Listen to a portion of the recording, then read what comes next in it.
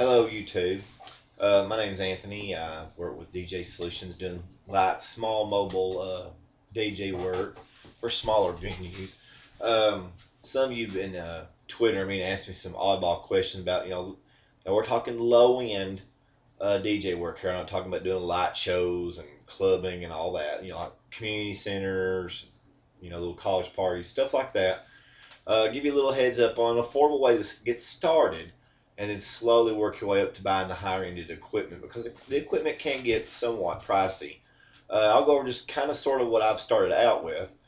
The laptop that I use is making the video now, so you can't really see it. Now I'm running an HP HDX system running 6 gigs of RAM and a 500 gig hard drive. And deem it necessary, I have a Seagate Go drive that can plug into this thing if I ever need it, but it's mostly for a backup utility. I have a 32-inch screen here, HD TV, because my HP does have an HDMI output, so that has been very handy. And so my laptop runs through my TV, and then my TV sound can come through. And I'm using a pretty basic system. I looked on the internet before I started this video today, and I hadn't found it on the internet. This is a JVC HDX system. It's on about 540 watts. You probably can't tell in the video here. Let's see if I can do anything. There we go. It's got 4 subs, and you've got about 4 tweeters with it here. Pretty powerful little system. Of course, it's got your DVD and everything, so if you have to load people's individual media for some reason, you can do so. What I like about this, if you're going to use a laptop to do it and you're going to start real low end like this, it's still going to cost you a little bit of money because you got to have some software. Now, the software I use is called Virtual DJ. You can Google it. You get it, I think, 20-something days as a trial, full version. It's pretty nice. Use it 20 days to get the learning curve of it. It's pretty neat. It does good crossfading for you. And you want whatever your sound system is going to be. If you're going to start out like this, you need to make sure you've got USB hosting available, which this particular JVC system has a USB port right here. I can't tell in this video here, but it's down below, and I'll tone this down just a little bit there. You can see right here, or you can plug in the traditional auxiliaries, which works okay. But when your sound quality was never designed to push through a headphone port that great of quality. However, it's not horrible, and a lot of people won't be able to tell the difference. But you get a lot more control using a USB host, and this system seemed to work real well for me. I purchased this JVC system at Electronic Express.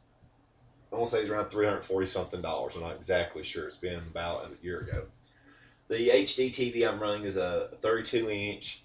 The advantage to using that is when I'm doing an event, I can have my laptop set to send my image to the screen here, and kind of basically shut the laptop screen, per se, and go to this bigger screen here. Or you can clone the image as well. But I did on here, and it's a lot vibrant of a picture when you go to a HD TV. However, if you get into laptops that offer HD, you're looking at a lot more money, to get started with. You don't even have to have the TV. But you're going to need an audio supply, and you're going to need something to carry your media. I've decided not to use the old traditional CDs because it's just too cumbersome to pack those around. I found it to be much more efficient to rip the CDs I have gotten into whatever player you're using, whether media player, iTunes, whatever. But when you import your CDs, this is just a little heads up from some experience I've been through. I'd highly suggest ripping your CDs into an MP3 format. There's some software out there for those of you who bought music south of Rhapsody or even iTunes particularly. It's probably one of the bigger ones. They put that protected code on the software, and the only way you can get that coding off is, say, you download your songs and then burn to a CD, and then take that CD, make sure your iTunes importing settings is set to MP3 encoding, not that AAC stuff, and then rip it in MP3 format. That way it will work with, if you're using Virtual DJ, which is what I use, it will work in Virtual DJ, so you can work with the files. For those of you who don't know what I'm talking about when I say Virtual DJ software, a lot of you out there do know what it is, but if you don't, you can YouTube search it, and I'm sure you'll find plenty on it, because honestly, that's where I got my advice before I bought any software was off of YouTube. And there was a lot of people using Virtual DJ, and I thought, I'm going to give it a shot. I called a local DJ here in town that works for. He does it at a facility. He kind of bounces around between bars, skating rinks. He does that sort of thing where I do more mobile than he does. And he gave it really high praise. So I figured I'd try it for the 20 days. I liked it. The learning curve is a little intense for some people. I don't think it's that complicated. Play around with the buttons. You'll learn what works for and what don't. There is some features on there which I could care less about. Some of you really like it. You can create your own sound effects in there and save those, and then when you need them, you can mash them right in. You can do auto mixing where it automatically changes over from one track and slowly flows right into the next one, or you can manually do it, of course, if you want to. Of course, got some really good EQs on there. But the software is only part of it. It is an investment. It's $300. But it's not that bad compared to say buying a traditional mixer, which they range anywhere from $100 up to $1,200. This works just fine for me because I'm not doing a bunch of CDs. I don't need a lot of hardware as much as I need software. This is the way to get started. Just keep it local with this. Don't think you're gonna be doing some big huge block party or anything because they won't do that. 540 watts push through your lap, with the audio coming through your laptop is not a bad deal because one, it does cut out skipping. When you're using CDs, you're taking the odds of there being a scratch or a smear on the disc. And there's nothing more embarrassing when you're doing an event than getting a scratch on your CD when you didn't mean for it to be there. If you need to do scratches, the effect of it, you can do it on your virtual DJ, but you don't want a CD with scratches all over it. So between that, losing CDs and getting scratched, getting lost, people stealing them, I decided to go completely digital and just get rid of it. And from what I can tell, a lot of DJs are starting out go that route. However, there's still some doing it old school, and that's fine. But for me, doing it off of, I take my iTunes and I play them through Virtual DJ and I mix them how I want to. And if you're going to do that, I would suggest having some sort of a bigger screen than your laptop. Now, my laptop does have a 16-inch screen, which is by no means not bad, but the clarity that you get on something like this looks a lot better. Plus, it just looks way more professional. When someone walks by and they see you got all these graphics. Virtual DJ's got some cool graphics in there. It does video. You can do light controls if you have lights. If you're doing video displays, you can control your video displays with it. It's really good software for a small investment.